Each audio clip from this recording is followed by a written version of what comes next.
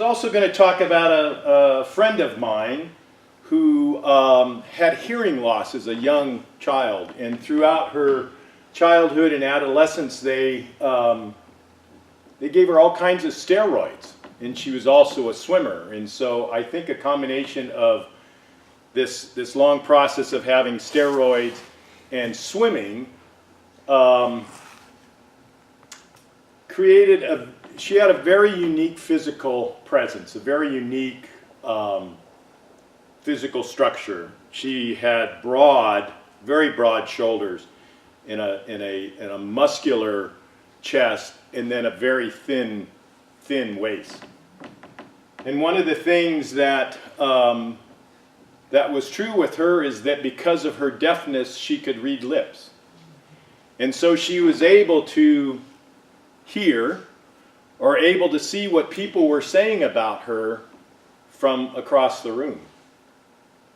And we traveled together with my travel agency, and she oftentimes heard things that weren't very kind about her physical appearance. And she would handle those things with far more grace than I would. So grace is a complex word. We talk about the gracefulness of movement, but we also have emotional components of grace, and certainly spiritual components of grace. When we look at the definition or how people define grace, we see that they talk about it as an ease of movement, or I saw one definition was a charming trait. Feels a little too, that's grace with a small g and not a capital G. Or instances of kindness. And I know for a lot of us, grace is also a short prayer of thanks. And grace is, of course, a virtue that originated in God or in spirit. So it's quite a challenge for all of us to live our life full of grace, full of all of these components. But I think it's also what we've been called to do, what we've been directed to do, is to live our life in grace. And Ernest Holmes writes that grace is, and I quote, is the logical result of the correct acceptance of life and of a correct relationship to spirit. That grace is the correct relationship to spirit. Grace is not something that we're rewarded for passing a test or for doing the right thing. But grace is, in fact, an energy that is present within us and through us at all times. It's not something that comes, like I said, as a reward from someplace outside of us. So we can make a choice. We can make a choice to live our lives going through life with ease of motion, as we treat others with kindness. And people will notice that trait within us. And as we live this life of ease, we also recognize and we give thanks for this divine gift. So as we move inside and act, we begin to embody what grace is. And so it is. How many of you have actually seen a stork deliver a baby? Raise your hand. Stephen, surely you have. Maybe back in the Navy days, I might have seen something similar. Storks have a lot of different meaning, or have had, across the world. To the ancient Egyptians, they were souls that were migrating between the world of the dead and the world of the living. And among the ancient Greeks, they believed that storks stole babies So if you weren't watching your baby closely, a stork might steal it.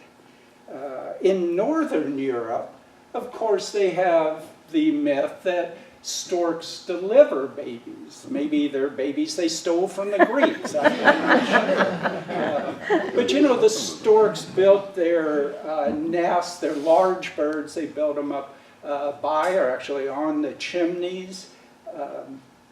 But more than that, storks were seen as birds that were very family loyal. They mate for life. They take very good care of the eggs and the children.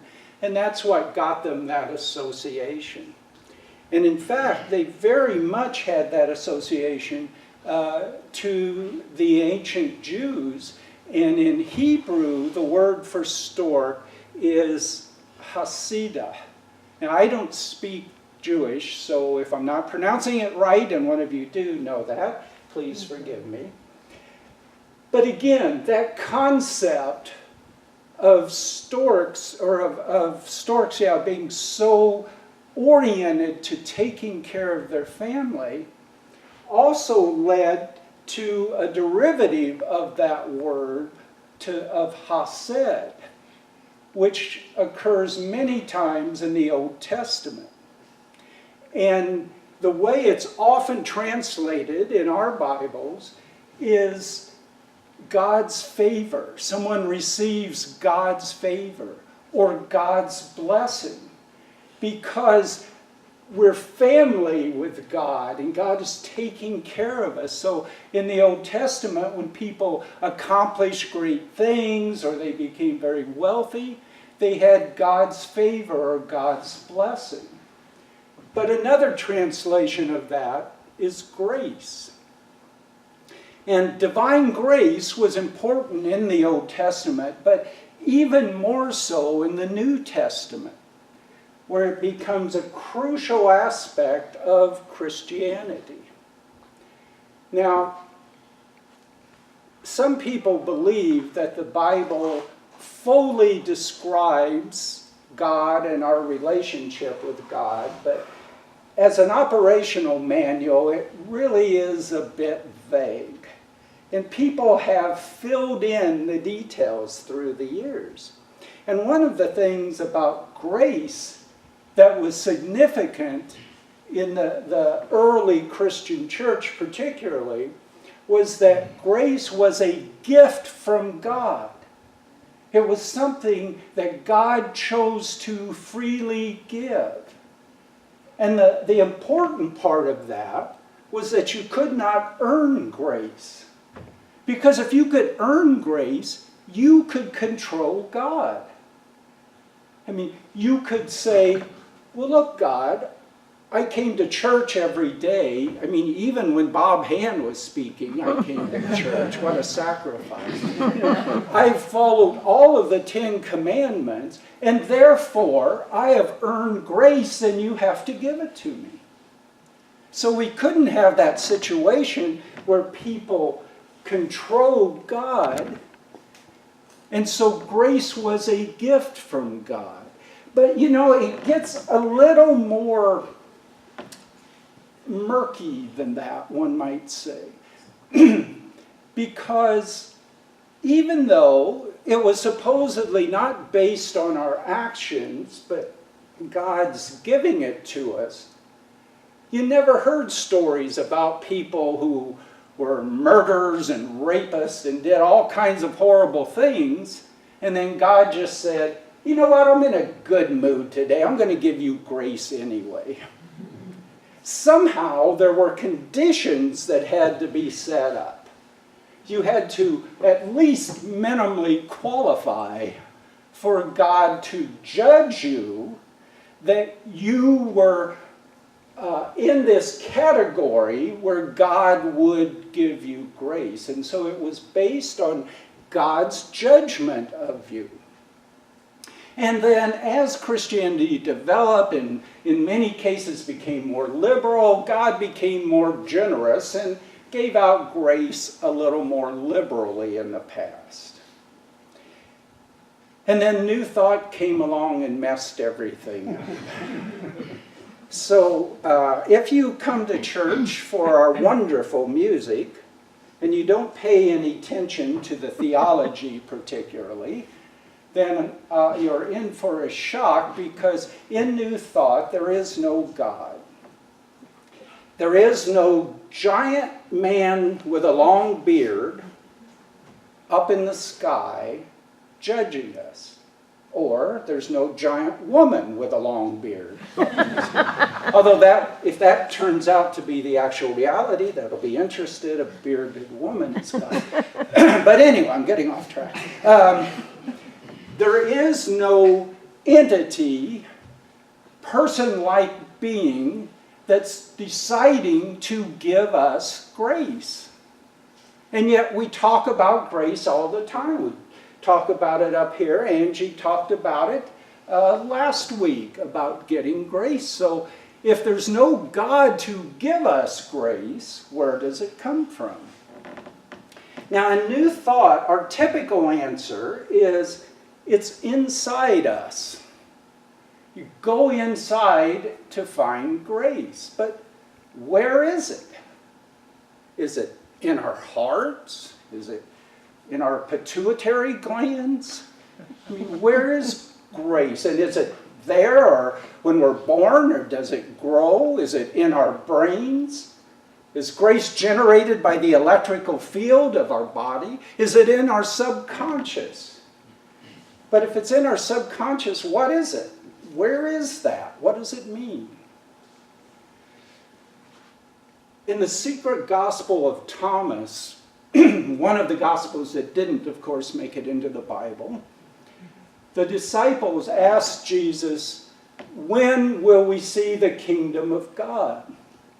And Jesus responds, "What you seek is here now.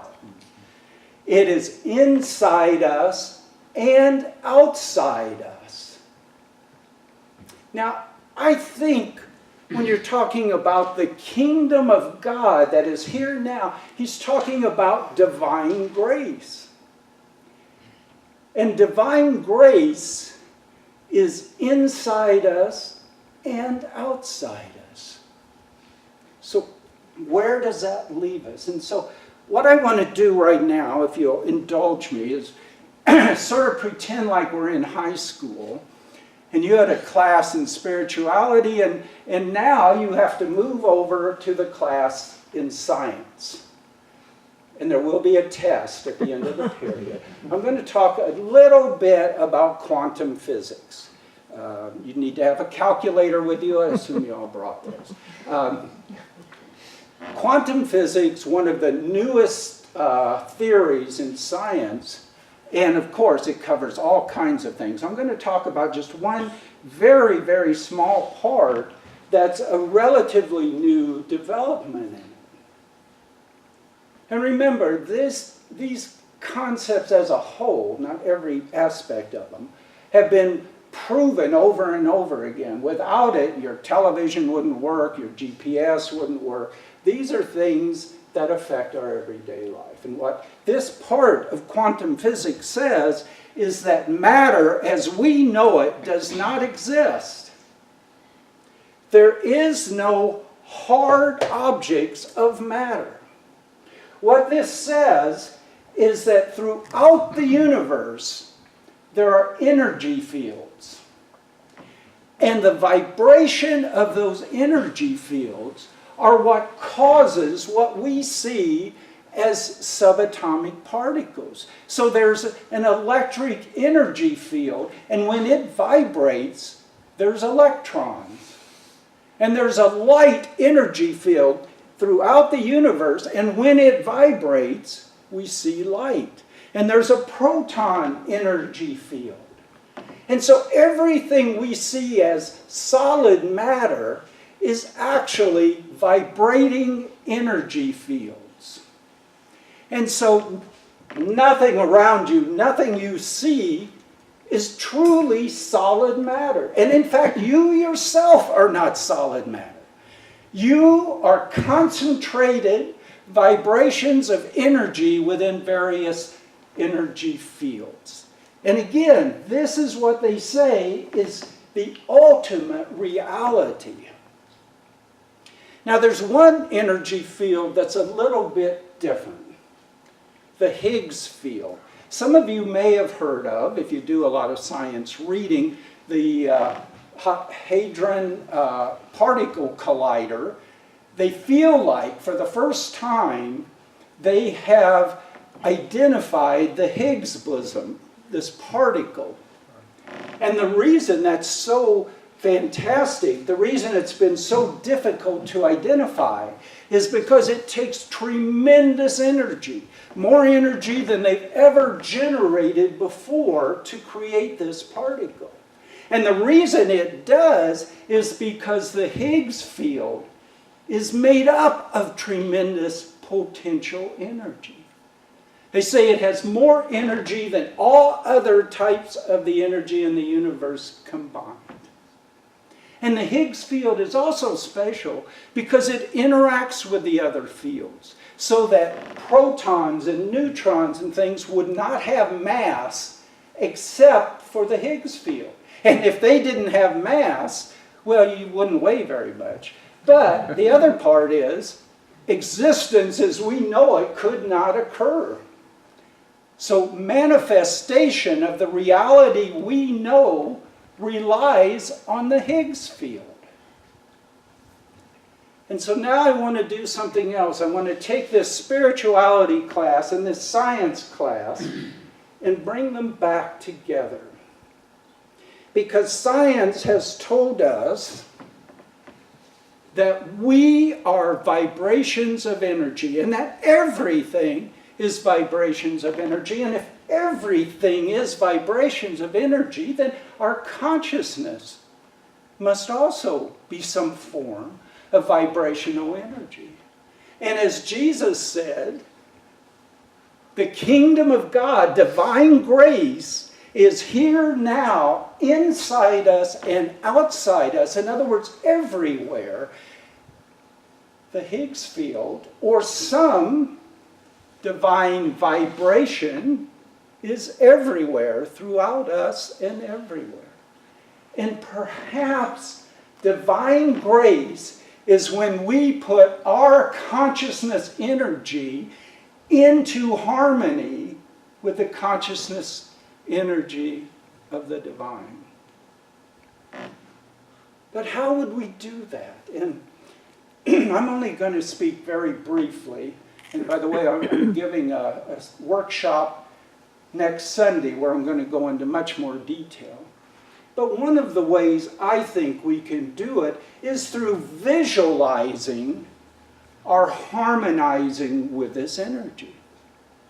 And we harmonize with the energy around us all of the time. When I look out, what's happening is vibrational energy is leaving these wonderful lights they got for us, and it's coming down and hitting all of you, and that vibrational energy is entering my eyes, it's striking the retinas, that's creating another form of vibrational energy through the neurons that go into my brain, which creates vibrational electrical and chemical energy, which conceivably creates a vibrational energy in my consciousness, and it creates the picture of you. And we harmonize with each other through vibrational energy. Because what's happening right now is my consciousness is creating this vibrational energy that goes into my brain, that sends vibrational energy to my lungs, to my mouth, that creates a vibrational energy in the air, a wind, which goes out, hits your eardrums vibrate, cause a vibrational energy that goes into your brain, into your consciousness, and hopefully your consciousness then vibrates with mine. Wind is a critical way in my mind of creating a metaphor for our relationship with divine energy. There is a way that we can find a path whose way is true. You'll only know which way it is if you let the wind blow through.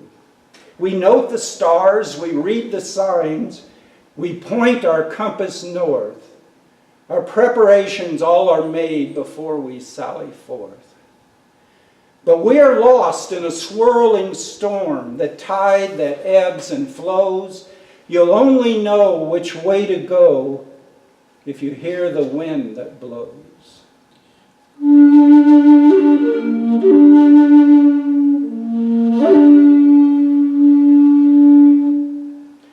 The wind sings love, the wind sings truth. It's all we need to know.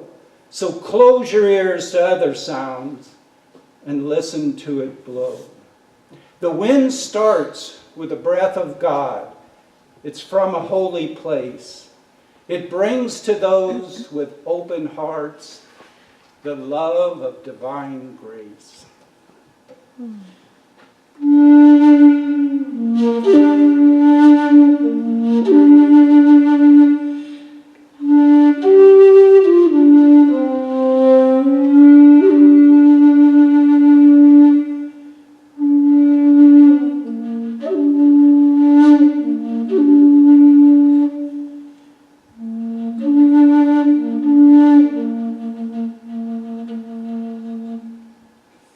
Namaste.